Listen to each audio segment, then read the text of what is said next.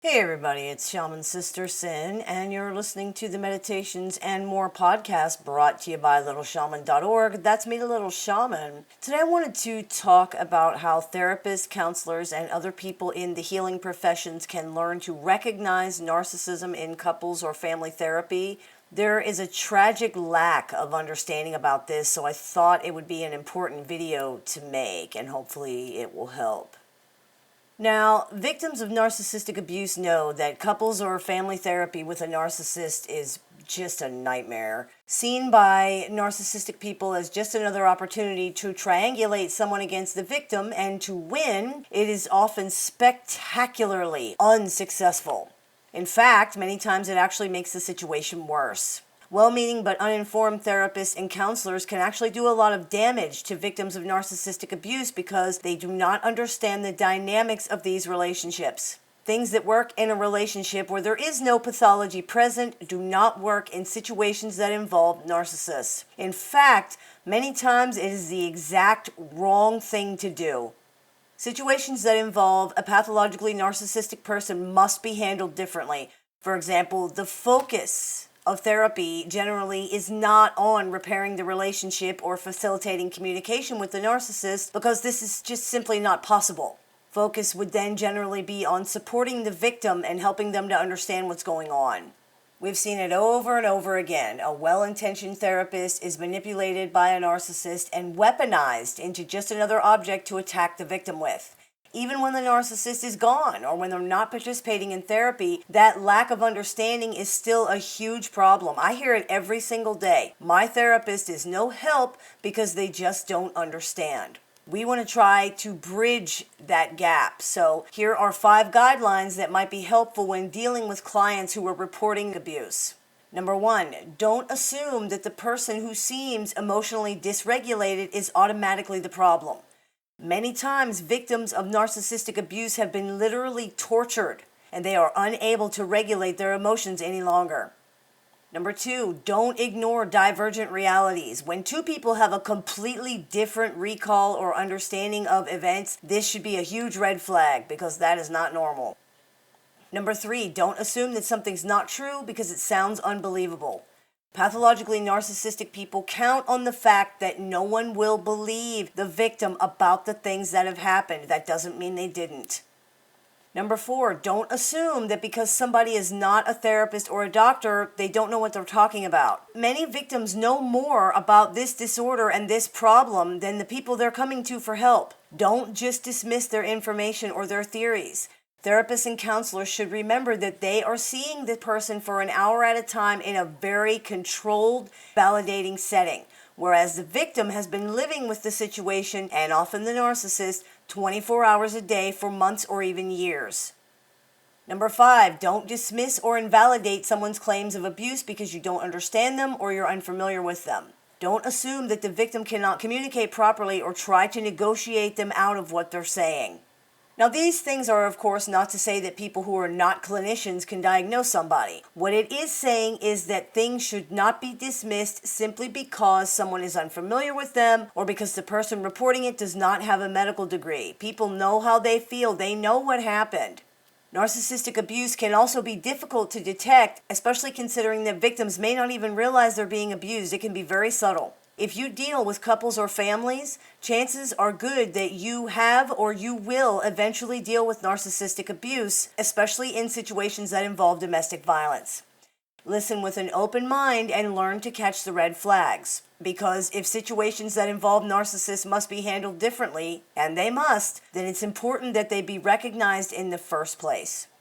Now, here is a list of 20 red flags that could suggest that the couple or family you're dealing with might have issues with narcissistic abuse. Please note that, as with all red flags, the appearance of any or even all of these does not guarantee the existence of pathological narcissism in the situation. Rather, they should alert the therapist to evaluate the situation for other signs of abuse. Note also that it doesn't matter which person appears to be throwing the red flags. It's not uncommon for narcissistic people to engage in projection, so it doesn't really matter who is saying these things. If they are being said at all, that should be a red flag. If narcissistic abuse is indeed present in the situation, the abuser will reveal themselves to the astute observer.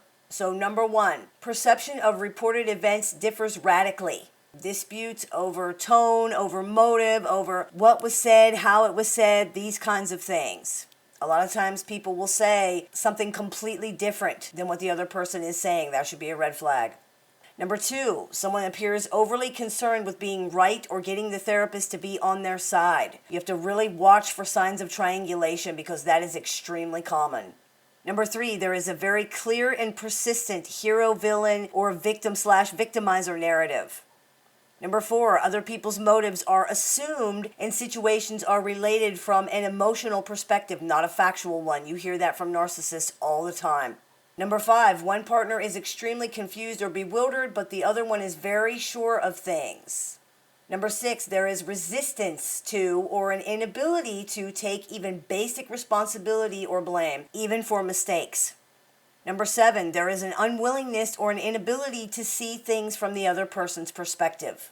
Number 8, there is an inability to give specific details or concrete examples when someone is asked. You see that with narcissists all the time. They'll say things like, this person was so terrible to me, they abused me so terribly, but if you ask them for a specific detail or example, a lot of times you will not get one. Many times you will hear a narcissist repeating the same statements verbatim as well. Number 10, resolutions suggested for problems are resisted, ignored, maligned, or dismissed.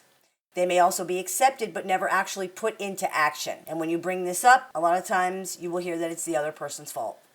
11, disputes all seem to center around one particular person, especially if they involve that person feeling consistently rejected, neglected, ignored, that kind of thing. Number 12, someone reports that they are consistently accused of things they never said, didn't do, or of having motives and feelings they do not have. Number 13, someone reports that the behavior of another person in therapy is very different from the way they behave at home. That should be a big red flag. Number 14, someone consistently reports that nothing they do is good enough for somebody else. Number 15, there are continued attempts to control or manipulate the conversation or to qualify what other people are saying. There also may be consistent interruptions. 16, there is an inability to respond directly to what is being said or an inability to directly answer a question even when they're asked more than one time. This person may be actively not listening. Number 17, someone feels the need to continuously apologize, explain, or seems to fear that they will be misunderstood. You will see that with victims of narcissistic abuse. Number 18, someone reports that they feel bad about the relationship or their role in the relationship, but they don't really know why. Number 19, someone reports feeling that they're going crazy or that they feel like a different person now since they've been in this relationship. Number 20 is any other obvious gaslighting, projection, blame shifting, or otherwise obvious manipulation. Narcissistic abuse is on the rise in communities all over the world. Therapists, counselors, and healers of all kinds are among the first responders on this battlefield, dealing with the casualties of this unfortunate epidemic. Arm yourself as much as possible so you can help those who need it the most. I hope this clears a few things up for you. As always, I look forward to your comments, questions, or suggestions, so please keep those coming. I take appointments online, over the phone, via text message, messenger, and through email. So if you're interested in speaking with me one-on-one, you can visit littleshaman.org and click the Book an Appointment tab to go ahead and do that. I teach workshops a few times a month, so if you're interested in seeing what we have going on right now, you can visit littleshaman.org, and you can also register through there as well. You've been listening to the Meditations and More podcast brought to you by littleshaman.org. That's me, Little Shaman. May the Great Spirit bless you and have a wonderful day.